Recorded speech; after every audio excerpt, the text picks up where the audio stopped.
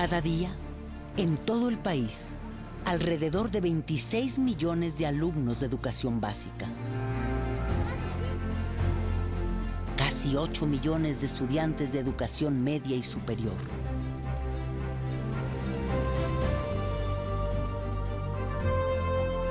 Y 2 millones de maestros de todos los niveles protagonizan la hazaña de la educación pública mexicana.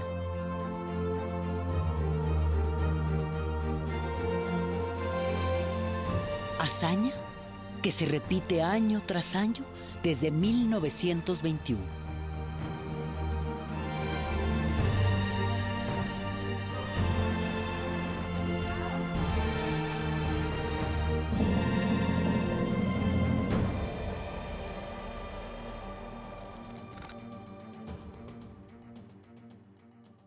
Que pues yo no soy millonario para dejarles su futuro asegurado. Lo único que les puedo dejar es los estudios. Yo quiero que tenga una carrera, que tenga las oportunidades que nosotros no teníamos. Que no vivan pues en la ignorancia como uno. Sus diccionarios, ustedes quiero... El pilar de este esfuerzo a lo largo de los años ha sido el artículo 3 constitucional surgido en 1917. La educación que imparte el Estado debe ser gratuita y laica. Dos principios de ejercicio democrático que han contribuido a la formación de millones de trabajadores, técnicos y profesionistas en todo el país durante décadas. Tener el servicio educativo, que los chicos asistan a la escuela, que permanezcan en ella y que concluyan sus estudios cuando debe ser, pues se dice muy fácil, pero conseguirlo es muy complicado, ¿no? En la educación gratuita y laica no se distinguen diferencias sociales, económicas, de raza o religión. Es también sinónimo de respeto a las creencias religiosas que cada individuo, cada familia, tiene derecho a ejercer. Conejo. ¿Cómo puedo dar una clase si mi religión no me lo permite? No podría ir un niño con una religión diferente a una escuela, digamos, católica o cristiana o lo que sea. La escuela atiende a todos y debe ser respetuosa de las creencias y de las no creencias de todos. Porque siento que una cosa es la religión por un lado, eso se lo tiene que dar la familia, y la educación junto con los padres en la escuela. Y me gusta la pública por eso. En 70 años, pasamos de la primaria obligatoria a que también lo fueran la educación preescolar y la secundaria, bajo el concepto de educación básica.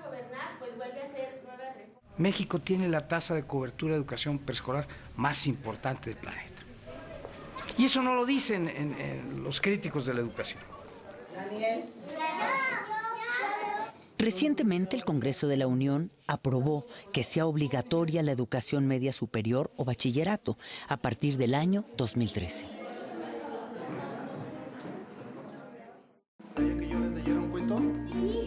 Otro esfuerzo complementario lo ha sido el libro de texto gratuito. Sus primeros ejemplares para la primaria empezaron a repartirse en 1960.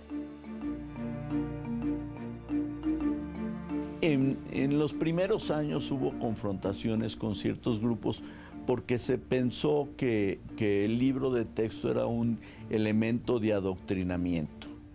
Los libros de texto gratuito fueron atacados por los sectores más conservadores de la Iglesia Católica. Algunos empresarios de las industrias del papel y editoriales, los grupos más extremos del Partido Acción Nacional y organizaciones de padres de familia vinculadas al clero con el pretexto de que eran doctrinarios e incluso comunistas. El presidente Adolfo López Mateos los defendió con las tesis de la igualdad democrática y la unidad nacional. Para constituirnos como mexicanos, debíamos compartir una historia, un territorio, una cultura.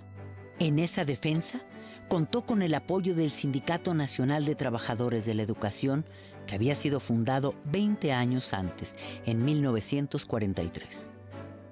cuando se le pregunta respecto a si solo van a ser para escuelas públicas o también para escuelas particulares, dice: todos son niños, todos son mexicanos. El libro de texto gratuito ha sido hasta la fecha un gran esfuerzo del Estado mexicano para enseñar a todos los niños y reducir los gastos familiares en la educación. El costo del paquete por niño anda alrededor de 70 pesos. Si esto fuera privado, ese paquete costaría entre 600 y 1,200 pesos. Entonces, hay un ahorro global muy importante.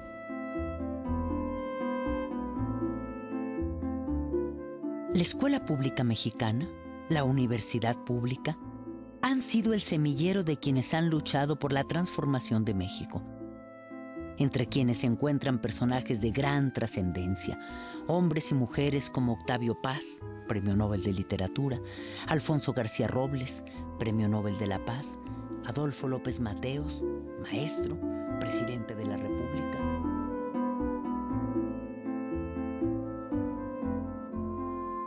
Para mí la escuela es muy importante en mi vida, porque creo que sin ella no seríamos nada, sinceramente.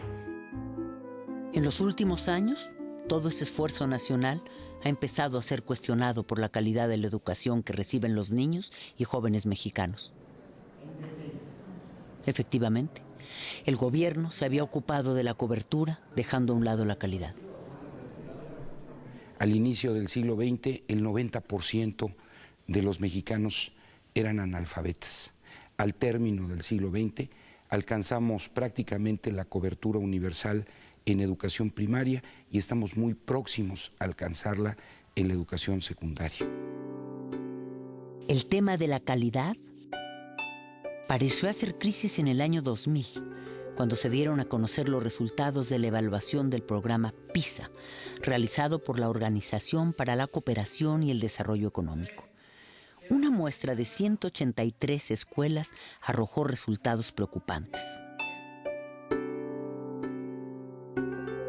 Sin embargo, en el examen PISA 2009, realizado a alumnos de 15 años, de acuerdo a los resultados y respecto a los países latinoamericanos, en lectura, México se encuentra en el mismo nivel que Uruguay, por arriba de Argentina, Brasil, Colombia, Panamá y Perú, así como del promedio de América Latina.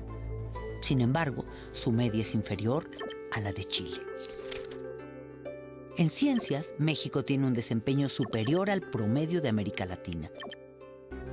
En matemáticas, México se ubica solo por debajo de Uruguay, al mismo nivel que Chile, y supera el promedio de América Latina.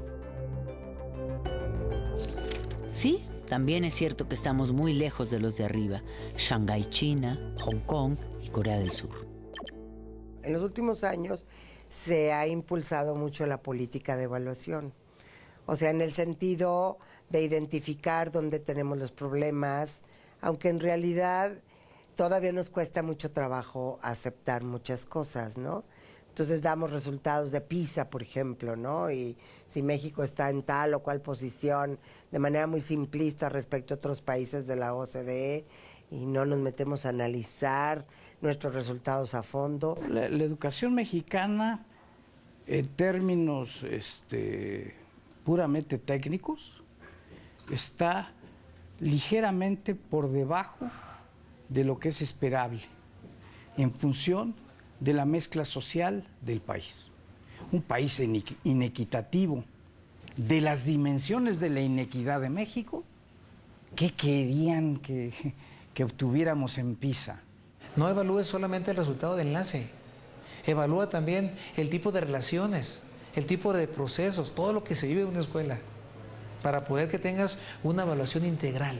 La calidad educativa, para ellos es importante la calidad educativa, pero ellos no se dan cuenta de todos los problemas y carencias que hay dentro de un salón de clases, ¿no? Desde el alumno que a lo mejor su mamá no tiene para traerlo a la escuela, desde el alumno que viene arrastrando con las problemáticas de los papás y que llegan a la escuela llorando y maestra me pasó esto. Entonces, ¿cómo voy a pedirle yo al niño que aprenda de la misma manera que un niño que tiene a sus papás con ellos, que no tiene carencias? Más 14. Hay mucho trabajo detrás de cada cantidad. Entonces me gustaría más que centrar a esas escuelas y ver que a veces un 6 en un alumno implica un reto muy grande. Y para los de fuera decir un 6 dices panzazo, pero desde dentro ese 6 es más que un 10. 11. ¿Ves el resultado? Entonces vámonos con la otra. ¿Qué operación tienes que hacer? ¿Qué operación tienes que hacer? ¿Una qué? Resta. 18. Otra más. 6 más 14.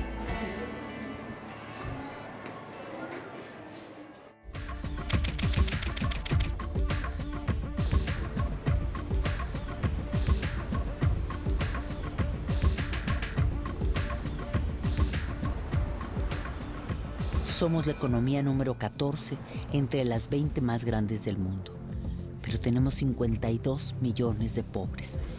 Una pobreza que ha ido en aumento. Tenemos todavía una sociedad muy desigual, condiciones de pobreza en más de 50 millones de mexicanos, y esta pobreza alcanza desde luego también a muchas regiones, a nuestros niños y a nuestros jóvenes que se están preparando.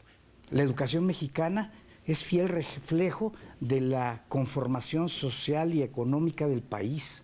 Es un fenómeno estructural, no es un fenómeno aislado. O sea, la desigualdad social ya existe y la educación o el sistema educativo no ha tenido la capacidad, ya no digo de revertirla, que eso sería lo deseable, de frenarla. Las niñas que vienen así con la pancita vacía, por eso fue de que nuestro director y nuestro subdirector se empeñaron en pedir un desayunador al municipio porque nuestros niños se desmayaban en los honores, se dormían en las bancas y el maestro nos decía, es que hay muchos niños que no comen porque unos vienen de lejos.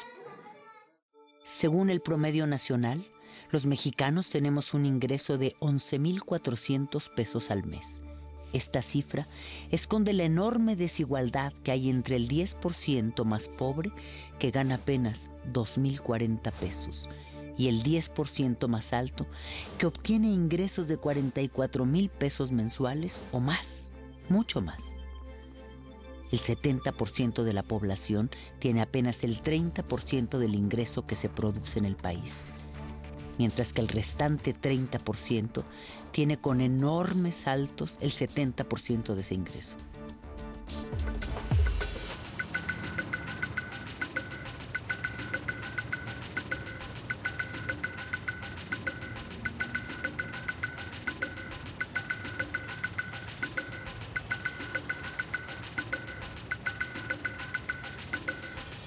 De acuerdo al Instituto Nacional de Estadística y Geografía, el INEGI, de nuestra población económicamente activa, un 29%, 14 millones de personas, trabaja en la economía informal. No, de hecho ya terminé la preparatoria. Yo siento que no tuve beneficio alguno, porque pues sigo aquí todavía. Yo pensaba que a lo mejor era más fácil conseguir algún trabajo, pero no hay nada. He buscado a ver de qué encuentro. Por ejemplo, he sido chalán de albañil, he trabajado en tortillerías, imprentas, y no, es poco el trabajo. Sí, ni para estudiar, porque como le digo, pues no contaba con el dinero que necesitaba. Poco más de 45% de la población de 15 a 19 años de edad no estudia. La segunda cifra más alta entre países de la OCDE. Para estudiar pues tiene uno que tener los recursos, ¿no? Y las posibilidades, cosa de que muchos no tenemos. Dejé de estudiar porque pues necesitaba trabajar también, ¿no? Pues porque no, yo estaba estudiando pero pues ya no y pues es muy difícil, ¿no? Yo terminé la secundaria y esperé un año para entrar a la prepa y en ese año estaba buscando trabajo como técnico en contabilidad y bien poquito acá. Y como le digo, no, nada de prestaciones, nada de eso, nada. ¿No? Mucha gente que cree que prefiere decir, no, pues mejor me voy a la calle a vender dulces, ¿no? O a limpiar parabrisas, porque pues ¿de qué me va a servir estudiar si después no voy a encontrar trabajo? Sabemos que hay programas compensatorios, pero estos no llegan a toda la población que los necesita y sus montos no resuelven el problema. La deserción empieza con las carencias en el hogar. Muchas familias necesitan que sus hijos se pongan a trabajar lo antes posible, como sea. Primero está la sobrevivencia. Por ejemplo, ahorita que es el tiempo de siembras, pues le van a ayudar a los papás a tapar el maíz o a tirar abono. Mis padres me dicen que le eche muchas ganas, que puedo salir adelante.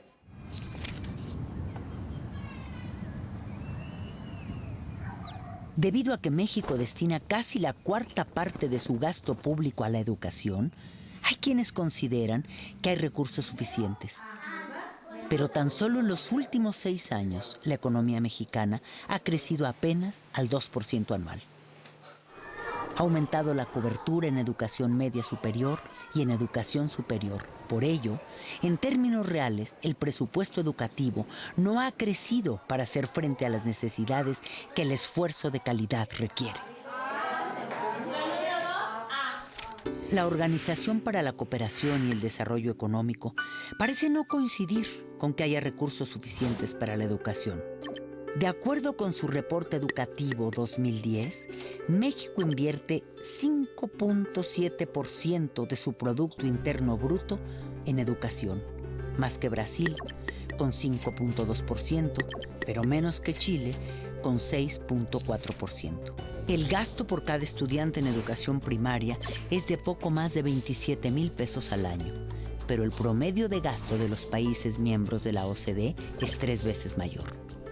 Por cada alumno en secundaria, México gasta al año 29,000 pesos, mientras el promedio de los demás países de la OCDE es 3 veces mayor. A los estudiantes de educación superior se destinan casi 90,000 pesos por alumno al año, pero el promedio de la OCDE es casi el doble que el de México. México invertía por la capacitación de cada maestro $800 al año por maestro. Mientras nos avientan el examen de enlace y luego nos miden con los países de la OCDE y resulta que la OCDE está invirtiendo $9,000 al año por capacitar al maestro. De ese tamaño la diferencia. Un problema adicional es la falta de cobertura en los diversos niveles educativos, excepto la primaria. En la educación preescolar se tiene una cobertura inferior al 70% de la demanda. La cobertura en educación secundaria alcanza el 90%. La educación media superior o bachillerato atiende el 62% de la demanda y la educación superior apenas el 32%.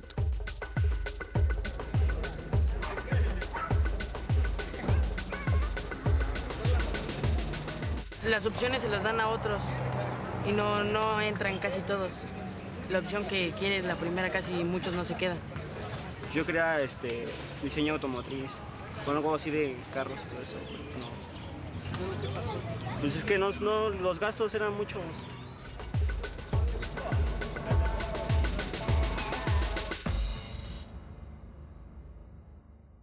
Para poner en perspectiva los recursos que invierte el Estado en educación, es necesario recordar que el rescate bancario emprendido en 1995 equivale actualmente al 13% del Producto Interno Bruto. Su monto asciende a 1.7 millones de pesos, cantidad equivalente a lo que, de acuerdo al presupuesto de 2011, el gobierno federal destinaría a los programas de combate a la pobreza en los próximos 60 años.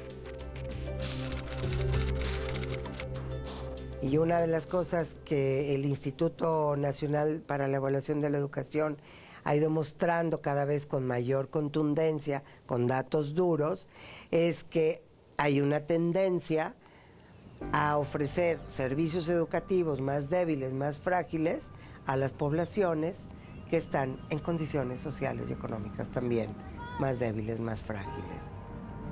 Aún así, en todos los espacios escolares hay maestros que se esfuerzan por enseñar lo que pueden y como pueden, a veces en contra de muchas adversidades. La mayoría de los que trabajamos aquí somos, podríamos decir que iniciadores. Llegamos cuando esta escuela prácticamente eran salones de lámina y pues gracias a la labor que han hecho los compañeros maestros en base a su trabajo, gracias a que nosotros hemos estado tocando puertas para solicitar el apoyo, sobre todo en la infraestructura, para construcción. Ahorita vemos una escuela, pues a mi parecer muy bonita, porque ya contamos con salones, con la dirección, con el aula de medios, pero que en un tiempo no existía nada de eso. Yo tengo 2 años aquí ya en esta escuela y en esos 2 años lo que hemos hecho es construir el drenaje, porque ni siquiera existía un drenaje aquí en la institución educativa. Construimos el drenaje y, le repito, la iniciación de nuestra barda perimetral, donde ahorita llevamos aproximadamente 90 metros lineales.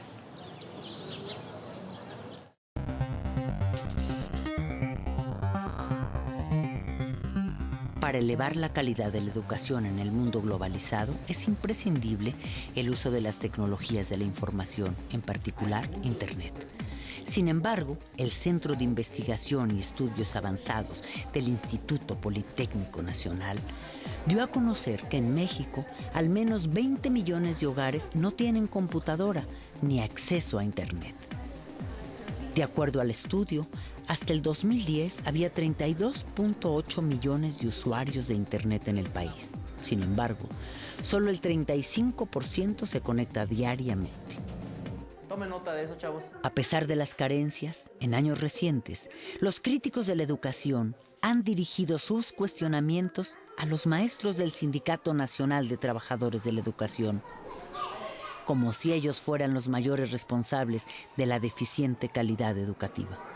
Hay muchos niños irrespetuosos, que ya no respetan al maestro, que para ellos el maestro es un cero a la izquierda, pero también depende mucho de los papás, porque el mismo papá te dice, es que no le hagas caso a tu maestra que está loca. Es que a mí me ha tocado escuchar, no es en mi grupo, pero fuera de, cuando te toca la guardia en la puerta, el que entra un niño y la mamá le dice, si te dice algo, la vieja loca, no le hagas caso. O sea, eso no es posible que los papás le enseñen eso a los hijos.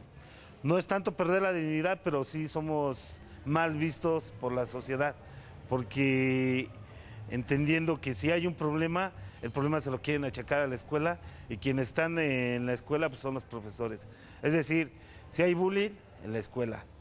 Si hay obesidad, en la escuela. Si hay una emergencia sanitaria, en la escuela. Todo quieren sacarlo de la escuela.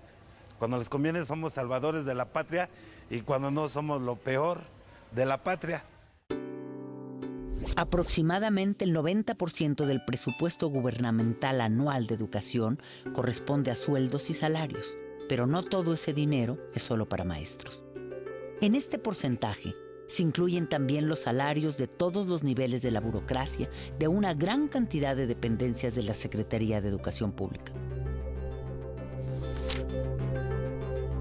Es una labor muy noble, ¿sí? Trabajamos con recursos humanos, trabajamos con corazones, trabajamos con niños y jóvenes, que finalmente son el futuro de una sociedad. Y desde mi punto de vista, no creo que el salario de un maestro corresponda a lo que realmente el maestro está desempeñando en su aula. Le puedes pagar al maestro por horas de trabajo, pero no me parece que le estés pagando o le estén pagando o nos estén pagando por el nivel de responsabilidad en el aula, ¿no? El ingreso de un docente, ahorita en jornada ampliada, porque esta escuela es jornada ampliada, es otra modalidad, 5,100 a la quincena más o menos. Que la proporción mayor se va a nómina y eso ha sido producto de un proceso de resarcimiento salarial del gremio magisterial, lo cual es muy importante, ¿verdad? O sea, yo creo que si queremos tener buenos maestros tenemos que tener que estén bien pagados los profesores, pero no basta eso. Ahora bien, hay que recordar que todavía en 1989 los maestros ganaban entre 1 y 1,5 salarios mínimos en promedio al mes. Recordamos aquí unas palabras del reconocido e innovador pensador de la educación, Paulo Freire. La lucha de los profesores en defensa de sus derechos y de su dignidad debe ser entendida como un momento importante de su práctica docente.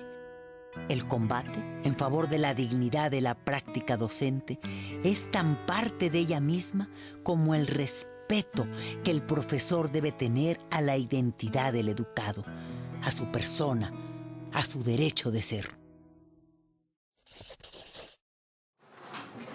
Todos estaremos siempre de acuerdo en la necesidad de mejorar la calidad de la educación. Pero esta pretendida calidad tiene muchos componentes que rebasan al aula en nuestra compleja realidad nacional. ¿Sí es lo mismo? Calidad es muy distinta lo que representa para un padre de familia, por ponerte un ejemplo, cuyo hijo va a una escuela rural en Huachochi, Chihuahua, que lo que es la calidad de la educación para un padre cuyo hijo va a una escuela privada en la Colonia del Valle. Lo que esperan ambos es totalmente distinto.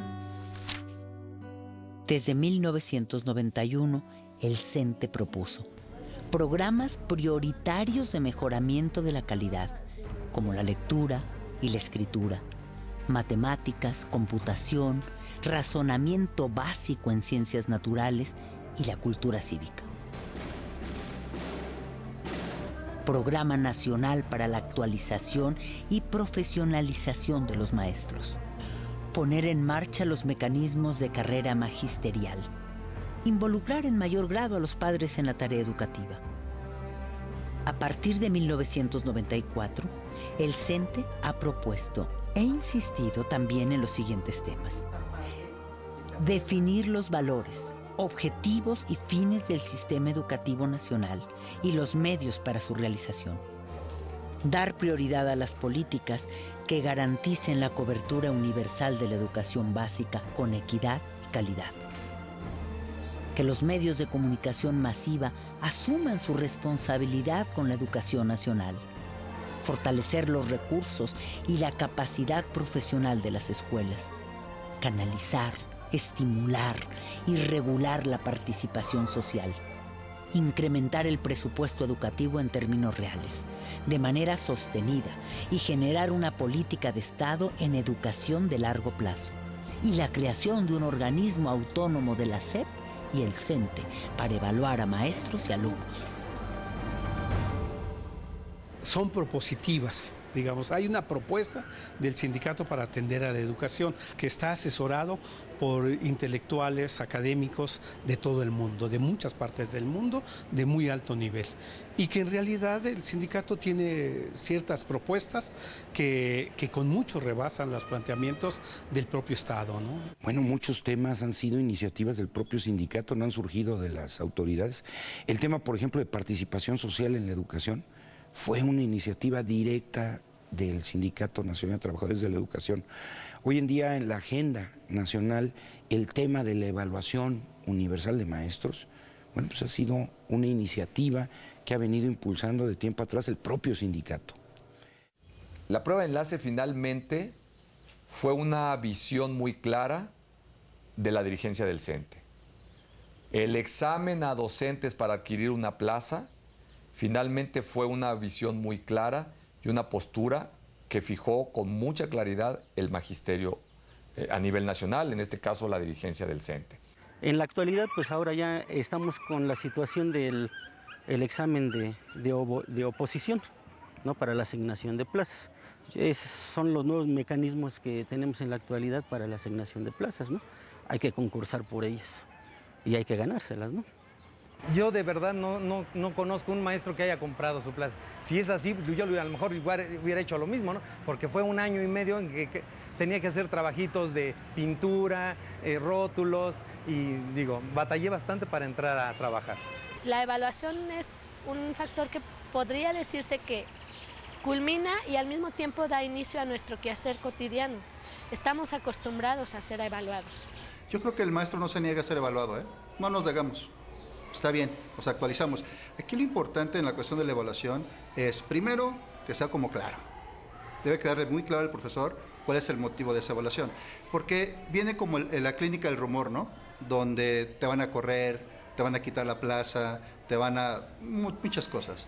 Entonces sí me parece que no nos debemos ser evaluados, sí la parte de la información primero. Debe quedar claro en qué consiste la evaluación, para qué se te va a evaluar y cómo se te va a evaluar. Y digo yo, bueno, si va a ser para mi bien, pues adelante, ¿no? Yo para ver en qué tengo yo que mejorar, o en qué estoy bien y qué es lo que me hace falta. Yo creo que después de la evaluación que estamos en este momento instalando para nuestros maestros, tendrá que venir la evaluación también de las autoridades, incluyéndonos quienes encabezamos estas tareas a nivel estatal, porque todos debemos estar sujetos a ese balance y a esa rendición de cuentas ante la sociedad. Creo que los maestros tienen una cultura de evaluación tanto para ellos como para los alumnos. Faltaría el sistema educativo, sus funcionarios, porque puede no haber secretario de educación, inclusive, y el sistema educativo avanza. Y eso es basado al esfuerzo y el profesionalismo que tienen los maestros de México. En 2002, los diputados emanados de las filas del CENTE impulsaron la ley para que el gobierno federal y los estados garanticen una inversión del 8% del Producto Interno Bruto en educación, incluyendo un 1% para investigación científica y tecnológica.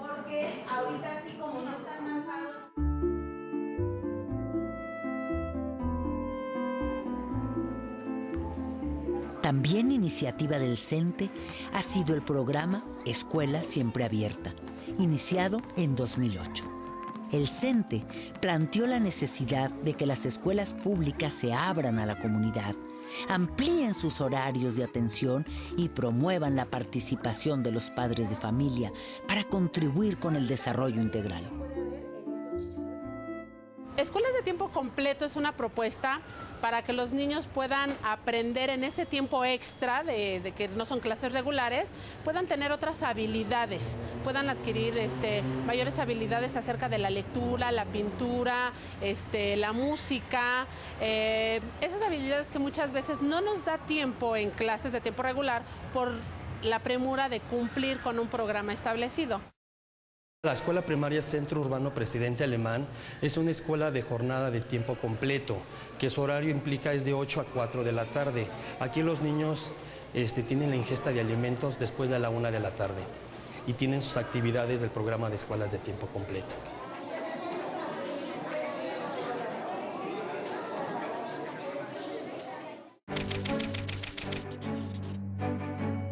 Los esfuerzos por la calidad empiezan a rendir frutos.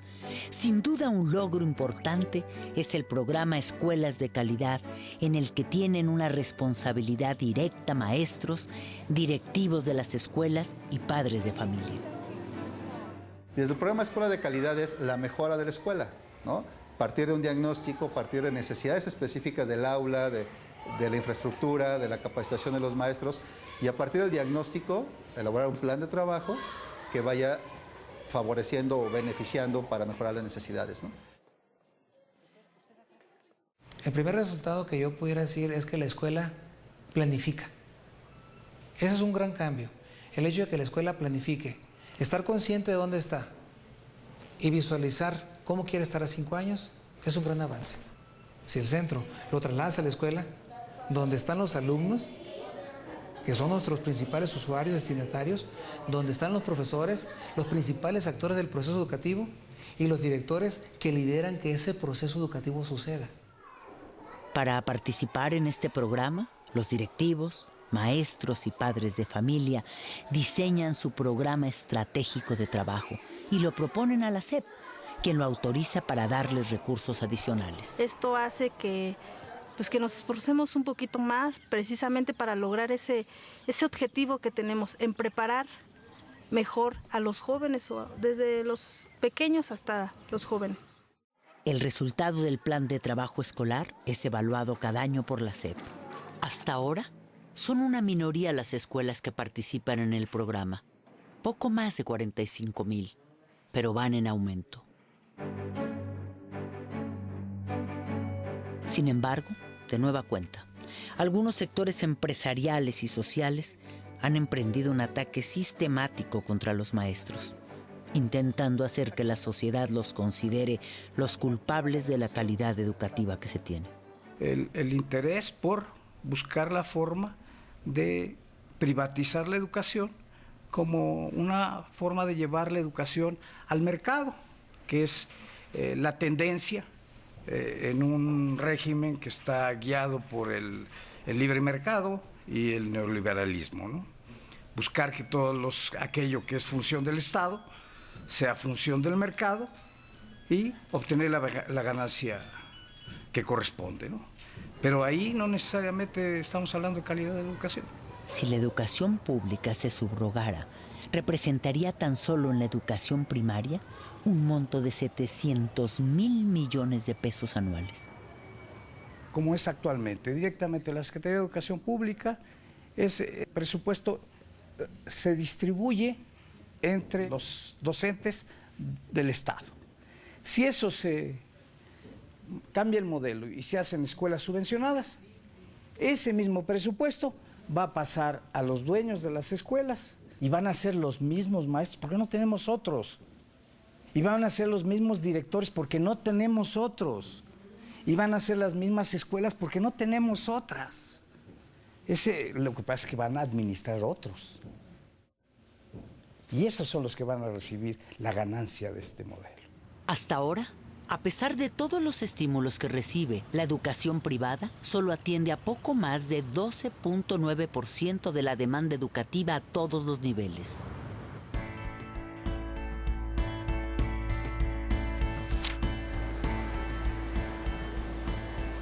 Al problema de la calidad de la educación contribuyen también la infraestructura, la cobertura, la estructura burocrática que la rodea, la pertinencia de los planes y programas de estudio, la formación de maestros desde las normales, también las relaciones sindicales, la calidad de la capacitación a los maestros, la distancia de la sociedad con la escuela, la poca participación de los padres de familia, la propia estructura educativa.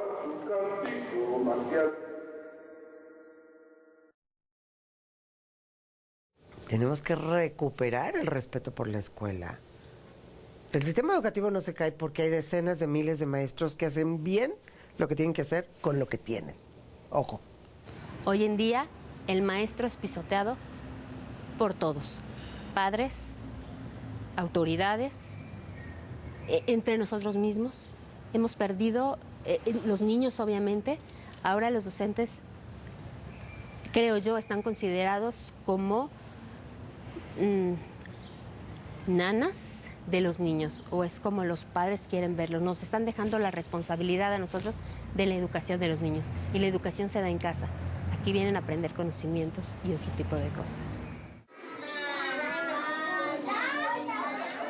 Sin duda, hay un amplio interés por la calidad de la educación y un debate permanente al respecto. ¿Cómo ponernos de acuerdo en los cambios estructurales que se requieren? ¿Cómo lograr una reforma educativa de gran calado?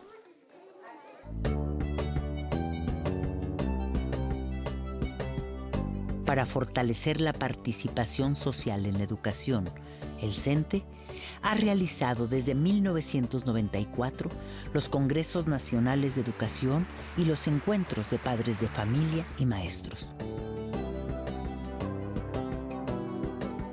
En ellos han participado especialistas y personalidades de muy diversas disciplinas para hablar sobre el valor y el futuro de la educación.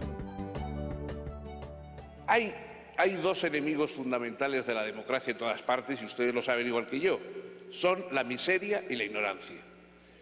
Lucha por la democracia todo el que combate la miseria y todo el que combate la ignorancia. Y en todos aquellos regímenes políticos en que se acepta como inevitable la miseria y se acepta como inevitable la ignorancia, en realidad no hay verdadero espíritu democrático. La educación gratuita, laica y de calidad que está obligado a ofrecer el Estado es todavía la única opción, la única esperanza de la mayoría de los mexicanos, algo que no se nos puede olvidar.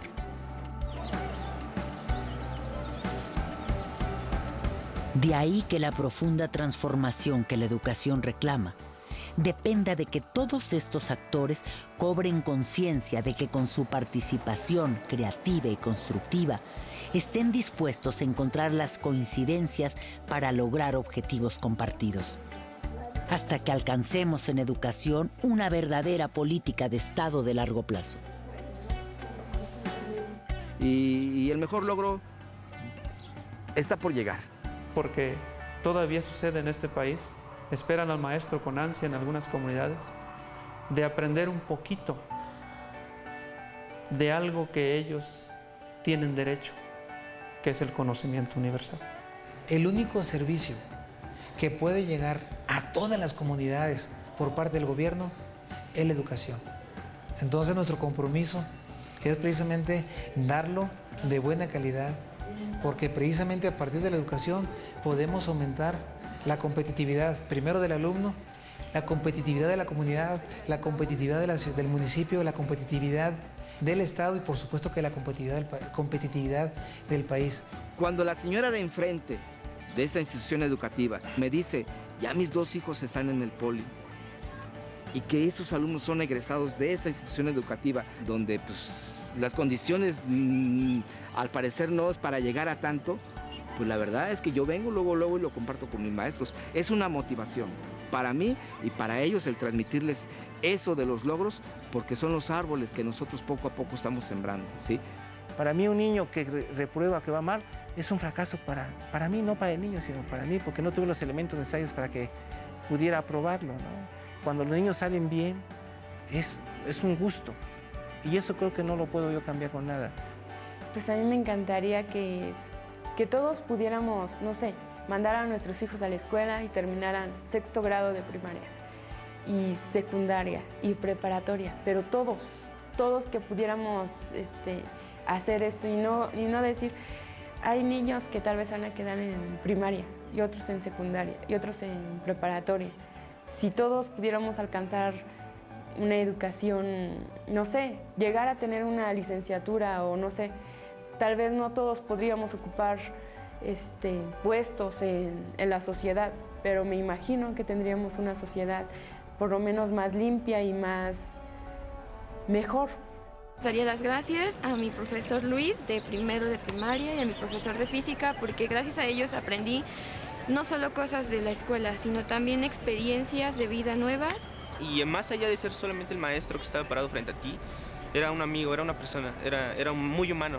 Yo me siento feliz de haber estado aquí en la escuela pública y pues sí, siento que esto me impulsó a llegar a la UNAM, porque bueno, de cierta forma aprendes muchas cosas, no son tanto los conocimientos, sino cuestiones de otros aspectos, no éticos, cuestiones de vida. Yo creo que sí tengo mucho que agradecerles y finalmente el fruto de todo eso es que estoy aquí en la universidad, en Ciudad Universitaria y en la UNAM, ¿no?